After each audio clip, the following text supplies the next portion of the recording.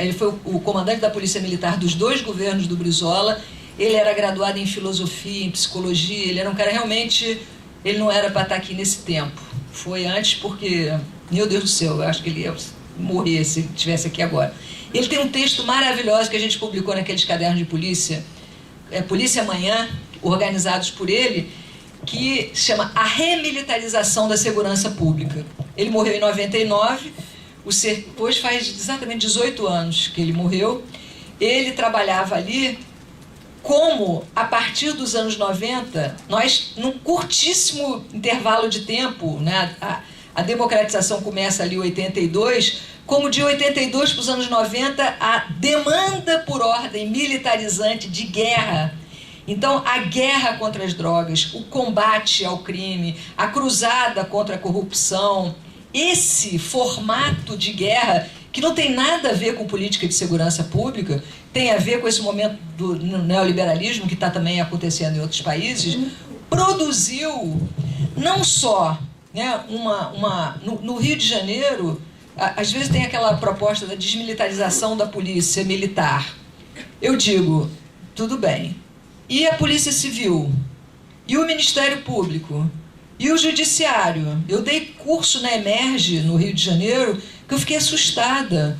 O juiz, ele não é um juiz, ele é um combatente da segurança pública, né? Então, a guerra incorporou, né, foi incorporada de uma tal forma, não só em todo mundo que trabalha, eu detesto a expressão operadores do direito, que é tudo que a gente não quer ser operadores do direito, né? Mas, por exemplo, os agentes que trabalham, desde a polícia até a guarda municipal, até os juízes, vamos até o Supremo, né? Isso marcou. Mas marcou também o distinto público, né? Nós queremos mais armamento, nós queremos... Sempre, eu já sou avó, eu sempre ouço a mesma história. A polícia está menos armada que os bandidos. Lá no Rio de Janeiro fala, não, mas a UPP não deu certo porque a polícia está sem... Eu falei, a polícia não está sem dinheiro, não. Pô. A polícia recebe em dia e, graças a Deus, eles são trabalhadores de um trabalho muito difícil, jogado... Eu tenho mais raiva dos outros setores que ganham bem pra caramba, recebem em dia e não falta dinheiro para... Na UERJ falta, nos hospitais falta, nas escolas faltam. Mas a polícia não está com falta. Então, essa história de que precisa armar a polícia, precisa empoderar a polícia, tem que ter mais polícia, né? Por isso que ali no meu livro eu faço a louca proposta de ter menos polícia, que um dia a gente vai ter que lidar com isso. Como é que a gente faz para pagar tanta coisa para um negócio que não dá certo? Mas vamos lá. Mas o que é mais importante disso que eu estou dizendo? Isso produziu uma passagem. Na saída da ditadura, nós resistíamos à truculência policial, que era um símbolo da ditadura. Eu me lembro que a primeira eleição do Brizola no Rio, uma das coisas-chave dele era o discurso dele sobre a truculência policial. E tinha uma foto, vocês não vão lembrar, que era de uns favelados negros presos com a corda no pescoço e seguros pela polícia militar. Naquele tempo, isso era um choque. Hoje... o que eu tenho dito? Nós passamos da resistência à naturalização, e essa naturalização é ancorada na nossa memória escravagista. Olha, um homem negro apanhando na rua, né? Nosso castigo, né? O Pelourinho ficava na rua. Isso está lá na nossa memória, na memória coletiva brasileira. Então nós passamos da resistência para a naturalização e agora para o aplauso. É isso mesmo, linchamentos, um menino pobre que pega um celular de de qualquer pessoa, ele vai ser aniquilado, né? Ou ele vai ser... Nós vamos aplaudir. Eu vi que teve uma operação policial aqui outro dia, que teve um assalto, depois saiu do noticiário, que matou 10 pessoas. Essa operação, em qualquer lugar do mundo, é um desastre. Acabou, ela entrou, não é mais nada. E eu vi, com todo respeito, a declaração do governador dizendo que quem está com fuzil, tudo. Então, nós passamos da resistência para a naturalização, para o aplauso. No Rio de Janeiro, eu estava falando da militarização. O que a gente faz com o CORE? O CORE é uma aberração, porque é uma polícia civil. O delegado vai dar entrevista na sede da Polícia Civil de colete à prova de bala. Morreu no Jacarezinho, que é um bairro que tem uma história, né? Eu conheço a história das favelas do Rio, graças a Deus trabalhei. Jacarezinho tinha uma tradição comunista no Jacarezinho de resistência. Bom, morreu um soldado do CORE. Durante uma semana, o CORE entrou no Jacarezinho, matou criança na escola, trabalhador. E aquilo passava, eu já estava... Igual foi no Alemão, eu me lembro, que foi um dos massacres do Alemão, que a gente somar hoje, né? O Rafael, defensor, está falando que ele ouviu uma palestra minha, logo saíram as UPPs, que todo mundo aplaudia. Eu escrevi um texto chamado O Alemão é Mais Complexo, porque chama Complexo do Alemão. E quando Lula foi no Complexo do Alemão, eles escreveram no muro assim: Lula, o alemão é mais complexo. Então não fui eu que inventei essa frase, né? Mas até hoje está lá, né? Entra a BOP, entra Polícia Militar, Civil, Fuzileiro Naval, Marinha, Aeronáutica e não conseguem debelar, né, aquela resistência. Então no Jacarezinho, então essa militarização ela não está na Polícia Militar, ela está em nós, né, na nossa demanda por mais morte. Bom, então eu acho que botar um olhar sobre a política criminal de drogas é muito importante. Rosa Del Olmo dizia que é muito mais importante entender o que a questão drogas oculta, né? E ela fala que esse assunto é tanta informação, desinformação e contra-informação que produz uma saturação que é funcional a essa ocultação. Então é tanto... E o crack, a gente vai fazer o que com o crack? Tá, o crack é associado a uma figura que é uma figura do medo na história do Brasil. Eu sempre digo, tinha um prefeito de Toronto, que era até gordinho, que foi pego, filmado, fumando crack. E depois ele foi reeleito. Então, primeiro, o crack não emagrece tão rápido assim, né? Todas as histórias que tem sobre... né? E que não devasta, e o cara foi reeleito. Então, porque a gente aqui associa... Eu me lembro, a associação do crack, eu me lembro nos anos 90, eram os meninos cheiradores de cola, meninos de rua, que desapareceram das ruas. É a mesma coisa, cobertor. Então, o que nos assusta é aquela miséria vagante, errante, né? Eu fui outro dia, a última vez que eu vim a São Paulo, eu fui na Sala São Paulo, maravilhosa, que eu não tinha visto, e do lado de fora é a Cracolândia, né? Então, é aquele encontro, né? Que tem tido, eu sei, políticas maravilhosas, assim, de repressão à Cracolândia, eu sei que tem acontecido. Não é só o Rio que está mal, né? Então, essa mentalidade. Bom, então, a Rosa Del Olmo nos fala da cruzada bélica que foi empreendida por Reagan, começa com Nixon, depois Reagan, depois, junto com o neoliberalismo, Margaret Thatcher, o senhor já levou, já, graças a Deus, né, não fica aí a vida toda, morreram velhinhos, né, igual o Pinochet, mas... né, eles produziram essa cruzada bélica, né? Eu sempre falo isso quando eu falo da Margaret Thatcher, porque a Margaret Thatcher ela fez uma maldade com os sindicalistas mineiros ingleses que ficaram em greve durante anos, mulher ruim. Quando ela morreu, tem um programa na BBC de Londres que aos domingos os eleitores podem escolher a música da semana. E aí teve um movimento na Inglaterra que a música da semana era aquela música do Mágico de Oz, Bling Bling, The Witch is Dead, a feiticeira morreu. E aí começou um mal-estar, que era o dia do enterro dela, e era a música que a BBC tinha que tocar. E aí começaram a dizer, não, tem que botar a música. Então a música mais tocada no dia de enterro era Bling Bling, The Witch is Dead.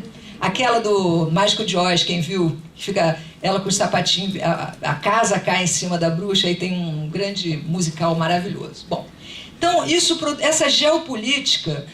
ela é econômica, política, cultural e que produz um circuito de legalidade, né? Circuito do proibicionismo. A gente já sabe na história o que é o proibicionismo, a lei seca, não vou nem falar isso, né?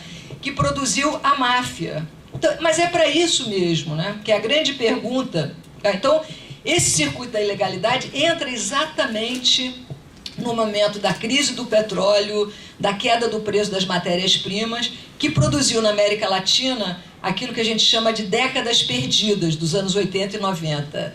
Desemprego em massa. Então, é nesta base política e econômica que o recrutamento para trabalhar nos mercados do proibicionismo se dá nas periferias e nos campos da América Latina, e que vão ser trabalhados pelos Estados Unidos como os inimigos. No tempo do Reagan, o hemisfério norte era vítima das substâncias e houve várias invasões militares americanas em cima dos camponeses, fumigação dos rios, tudo isso que a gente conhece, né? Então, o Nilo Batista tem um texto, vocês já viram que eu sou suspeita para falar, maravilhoso, chama Política Criminal com Derramamento de Sangue, onde ele faz uma história dessa política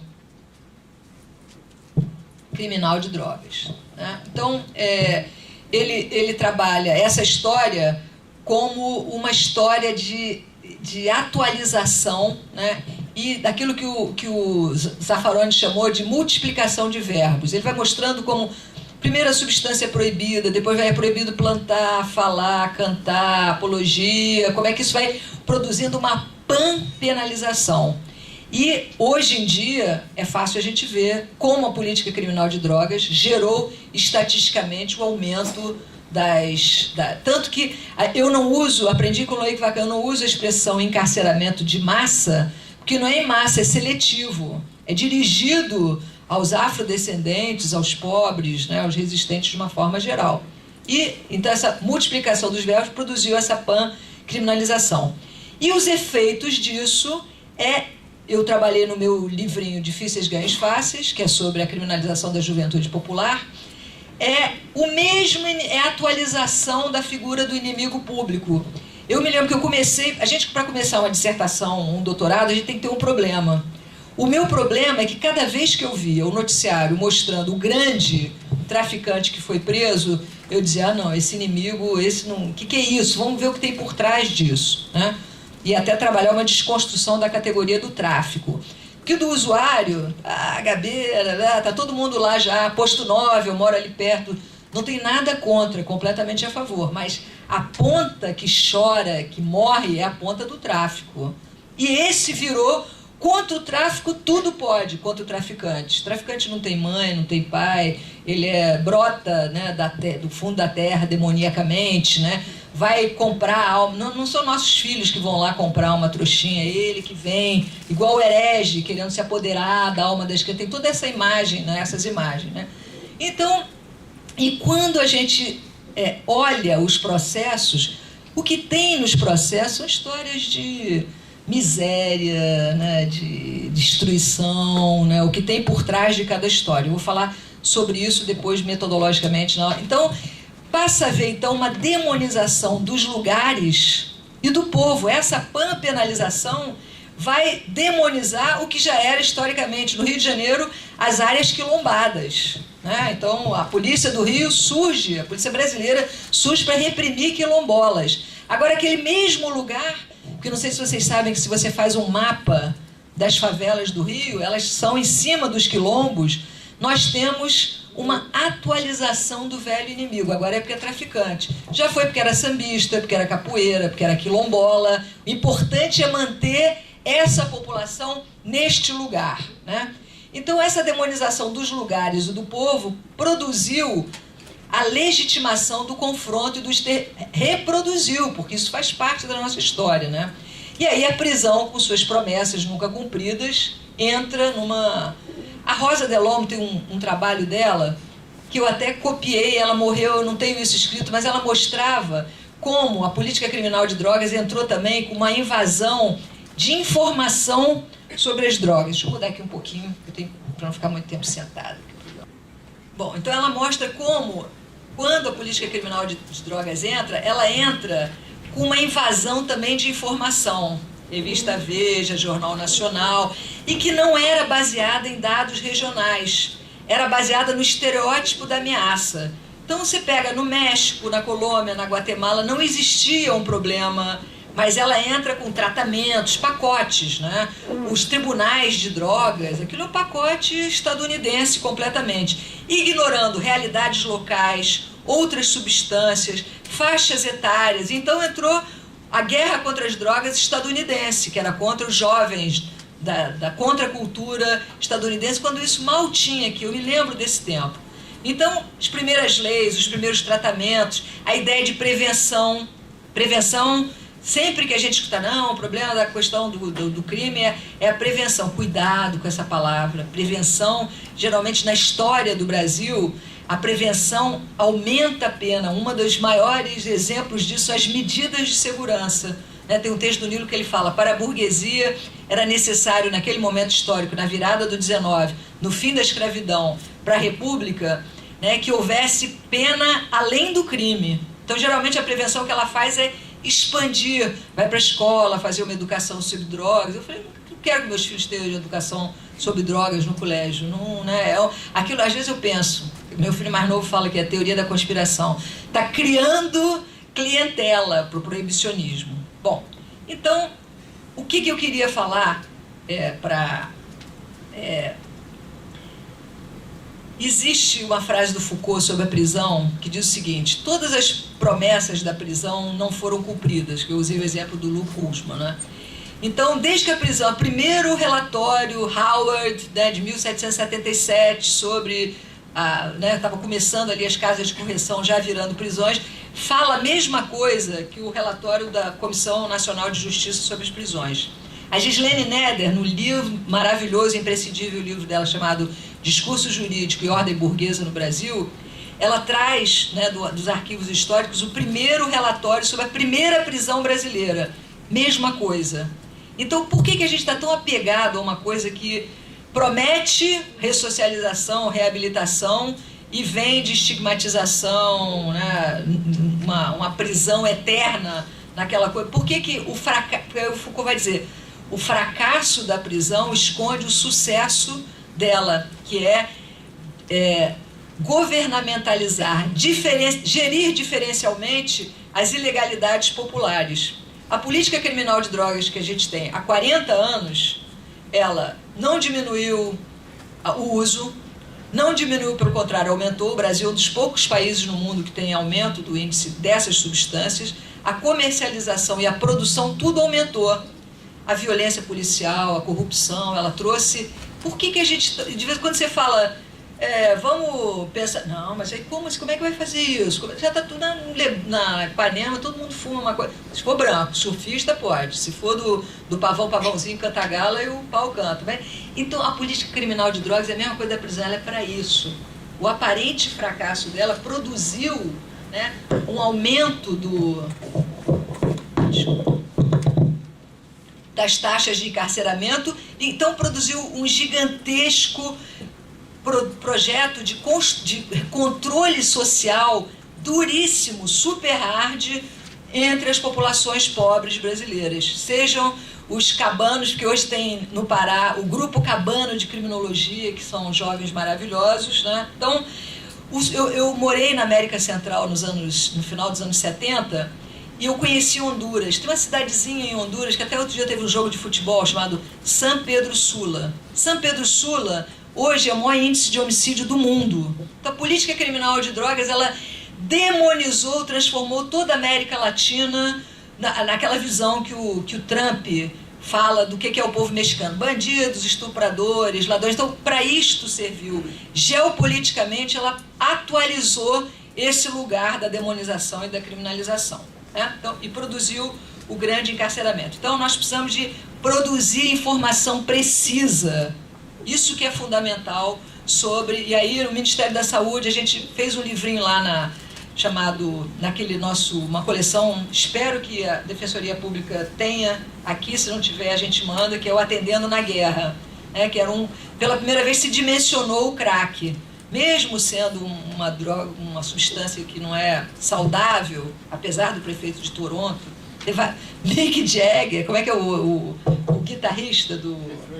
Keith Richards, Tem um cara que fala, todo dia eu acordo e ligo a televisão para saber se o Keith Richards está vivo. Ele caiu de um coqueiro e está vivo até hoje. Então, informação precisa, não as fábulas, as lendas do que é, No livro de memórias dele, o Keith Richards diz que ele cheirou as cinzas do pai. Eu não sei se isso é verdade, mas qual é a onda que isso deu. Mas eu estou dizendo, produzir informações precisas sobre as substâncias, sobre os usos, sobre o uso problemático, isso é o que mais tem em falta, principalmente agora, né, que o Ministério da Saúde, aí, nos governos do Lula e da Dilma, ainda produziu bastante informação, tinham até uma política muito melhor, né? Vamos combinar também que a política criminal do governo da Dilma e do Lula também, né, principalmente nesse quesito, não conseguiu avançar. Não é só daqui, isso é um problema da esquerda em geral. Eu sou de esquerda, então, quando eu falo de sociologia da esquerda, eu estou falando da gente mesmo, né? Então, essa nova gestão da miséria, potencializada completamente pela política criminal de drogas, desarticulou as políticas econômicas e assistenciais e produziu uma coisa que eu chamei de adesão subjetiva à barbárie. É tão impressionante como eu vejo, sei lá, de repente eu encontro uma psicanalista, que é uma pessoa maravilhosa, o amor à prisão, né? O amor a esse cardápio moral, punitivo, bélico, de cruzada, de combate, produziu uma adesão subjetiva à pena. Não, tem que ficar preso. Ficar preso só 10 anos? Pô, o que é ficar preso numa prisão brasileira 10 anos, né? Produziu uma adesão subjetiva à barbárie e produziu agora uma nova paisagem sociossimbólica. E são palavras do Loïc Wacam, que reconstrói e reconfigura o Estado. O Estado, vamos ver, Jornal Nacional hoje à noite, vamos nos ver. Vocês não vão poder ver, que vocês vão estar vendo uma coisa muito melhor, que é a aula do Nilo. Mas vocês vão ver a apologia. Tudo que é público é corrupto, é podre, é uma educação. Empreendedorismo sempre é bonito, né? As grandes empresas, a Petrobras é ruim, mas a Texaco é ótima, a Shell é maravilhosa, né? Então, reconstruiu uma nova paisagem sociossimbólica que trabalha em cima da expansão e reorganização da prisão e seus tentáculos, que a prisão continua depois da prisão, né? Então, o Loïc vai falar do workfare e do prison fare, né? Obrigatoriedade de trabalhar, tanger a mão de obra para trabalhos precarizados, pela obrigação de estar trabalhando. Tem um livro maravilhoso de uma professora negra americana chamada Michelle Alexander, chama The New Jim Crow, que a Boitempo está traduzindo, onde ela compara os efeitos da política criminal de drogas nos Estados Unidos. A Jim Crow é o sistema de segregação dos negros nos Estados Unidos. Ela mostra, né, os efeitos disso e tem gente que compara com os efeitos da escravidão. Então, essa articulação produziu para empurrar a classe trabalhadora para o trabalho precário, flexibilizado. Pô, a primeira coisa que esses golpistas, não vou falar, essa facção fez, né? Vamos respeitar as facções, né? Não vamos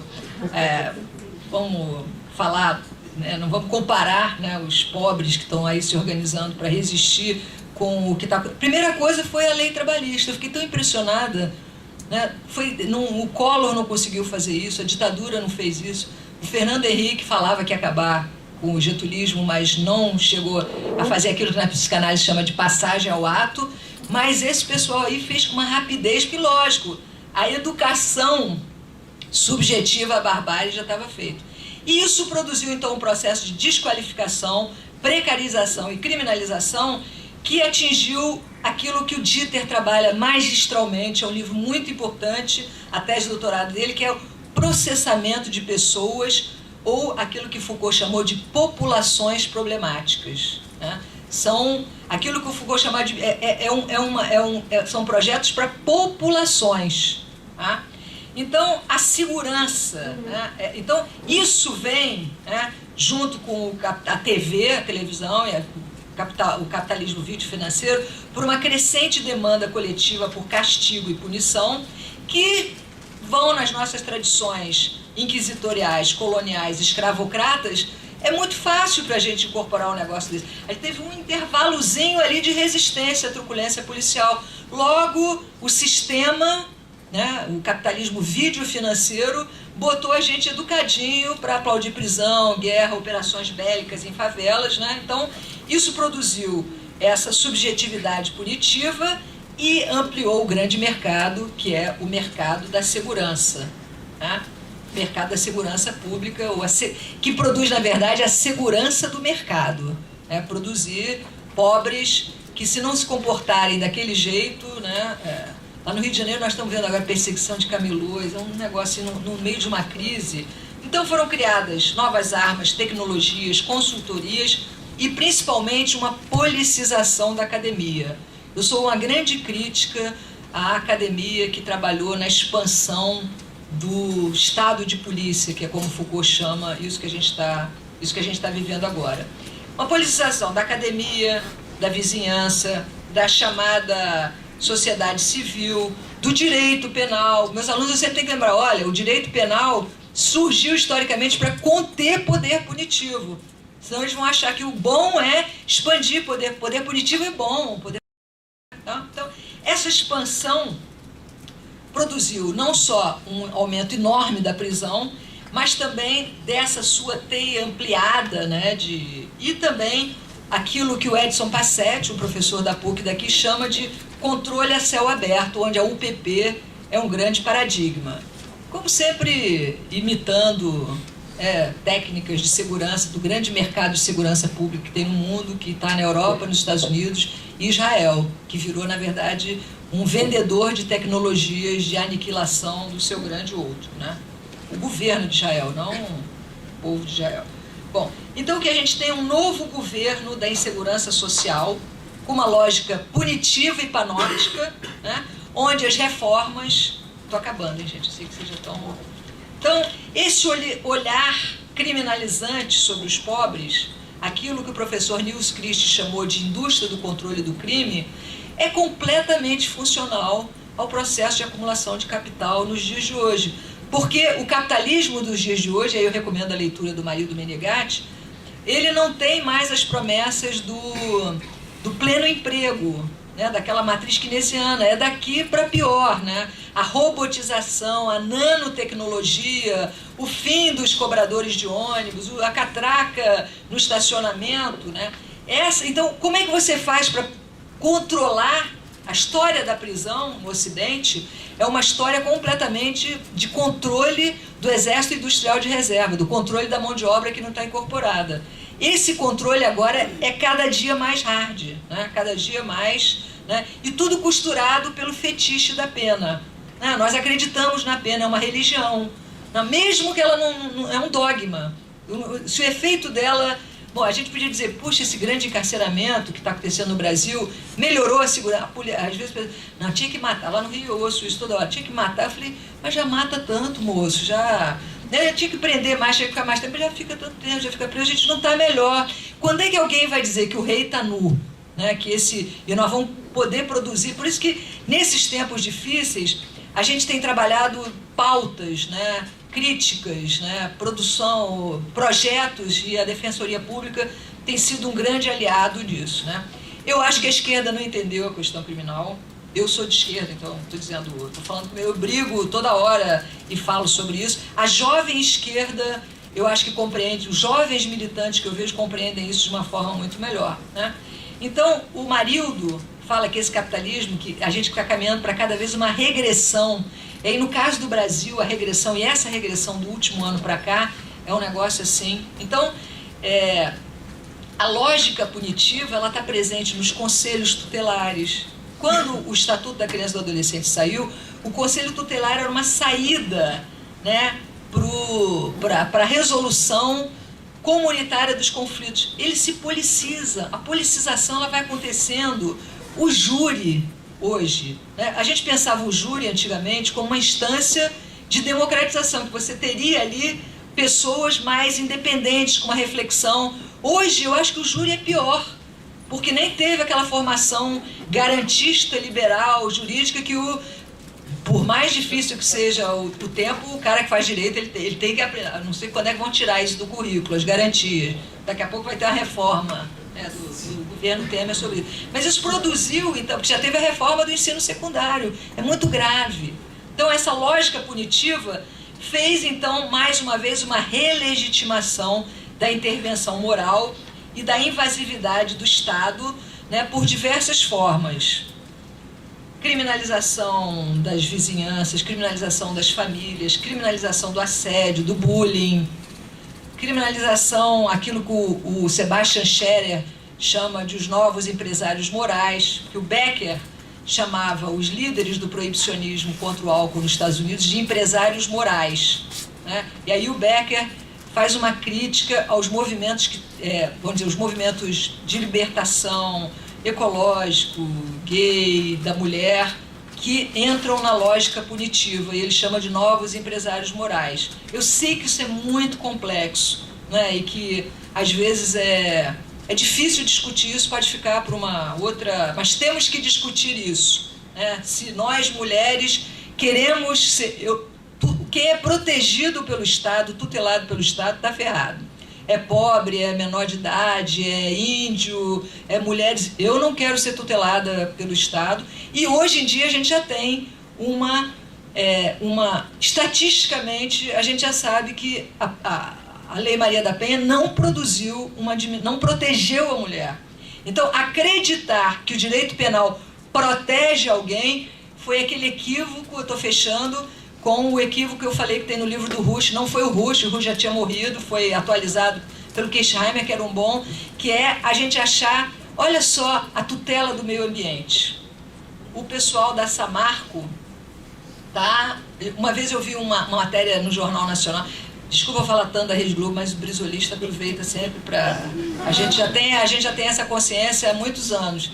Mas era uma jornalista, elas são todas, né? A jornalista é uma espécie de um concurso de modelo, assim, né? Não é uma velha jornalista, uma jornalista... Ela estava chocada, porque ela tinha tido uma prisão do Ibama de uns caras que tinham passarinho. Ela tinha visto uns 20 passarinhos na mesma gaiola. A menina ficou triste. Uma prisão não importa nada para ela, né? Mas então, os presos da legislação ambiental são os pobres, que a prisão serve para isso.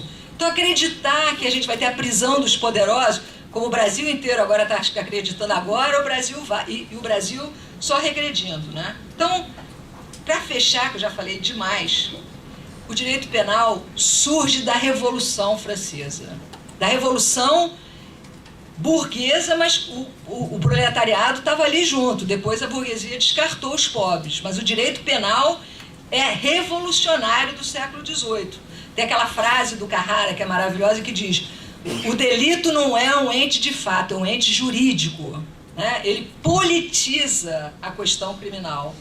Outro dia eu ouvi alguém dizendo uma frase que era o seguinte: não podemos criminalizar a política, mas também não podemos politizar o crime. Eu estou dizendo, vamos politizar o crime.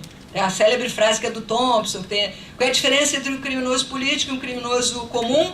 Que o criminoso comum não sabe que é político. Todo crime é político, toda prisão é política, todo discurso criminológico, direito penal é político, porque os juristas são cientistas sociais que dominam uma técnica jurídica, da mesma forma que os antropólogos são cientistas sociais que dominam uma técnica, mas esse afastamento também do direito das ciências sociais, eu ainda estudei num tempo em que a gente fazia o ciclo básico com o pessoal do direito, né?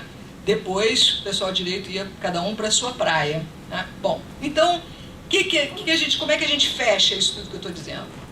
Nós temos que produzir um pensamento descolonizante, descolonial, como se diz hoje, sobre a questão criminal. Mergulhar na nossa história, conhecer. Eu conheço a história do Jacarezinho. Eu conheço o Morro do Alemão, o Complexo do Alemão. Eu sabia que aquilo não ia dar certo, não é porque eu sou pitonisa, nem porque eu sou muito boa, muito estudiosa. É lógico, conhecendo a história. Eu sabia que a Rocinha, que o Amarildo... Quantos Amarildos tiveram, né, nas UPPs? Isso deu empoderamento, eu detesto essa palavra, mas deu uma potencialização, né, da polícia. O BOPE, o que é aqueles filmes, Tropa de Elite 1? Gente, o BOPE aparece na praia, as Mocreia de Zona Sul vai tirar retrato do lado. O que aconteceu, né? Então, mergulhar na nossa história e conhecer a realidade dos lugares, usando o lugar no sentido que o grande brasileiro, o geógrafo Milton Santos, o conceito dele de lugar, né? O lugar é movimento social, que tem em torno do movimento social, né? E nós só vamos poder fazer uma mudança nisso quando a gente conhecer, saber o seguinte: os povos originários brasileiros, as civilizações, porque os europeus gostam de dizer, na Europa são civilizações, mas na África ou aqui são tribos. Tribos são eles, tribos bárbaras, os europeus, né? Nós somos civilizações. Estou brincando, eles também são civilizações. Estou só radicalizando, faz parte da minha... Então, e pior, eu envelheço, mas continuo, não melhoro nisso, né? Então, os povos originários brasileiros nunca usaram nem o direito, nem a prisão, nem para resolver seus conflitos. Nós devíamos conhecer essa história, porque a gente não conhece nada da história das civilizações. A história do Brasil começou com Pedro Álvares Cabral, né? Não é isso. Nem os povos africanos que para aqui vieram trabalhavam também. Tanto que você pega hoje, por exemplo, a justiça transicional da África do Sul não tinha pena. O cara tinha que ir declarar que ele tinha feito, né? E nós também. Então, eu acho que só quando a gente puder fazer um direito penal, uma criminologia, um processo penal e uma política criminal a partir da história dos nossos lugares, aí a gente vai poder produzir uma criminologia e um direito penal que seja a favor do povo brasileiro e não contra o povo brasileiro. Então era isso, esse longuíssimo diagnóstico, meu Deus do céu, interpretação que eu queria para a gente na aula de amanhã trabalhar. E aí, como é que a gente faz para estudar isso? Não vou ensinar vocês, vamos discutir, contar, né, propostas que a gente teria para fazer isso. Então vou propor um intervalozinho e aí a gente volta e conversa um pouco para também não ficar tão pesado.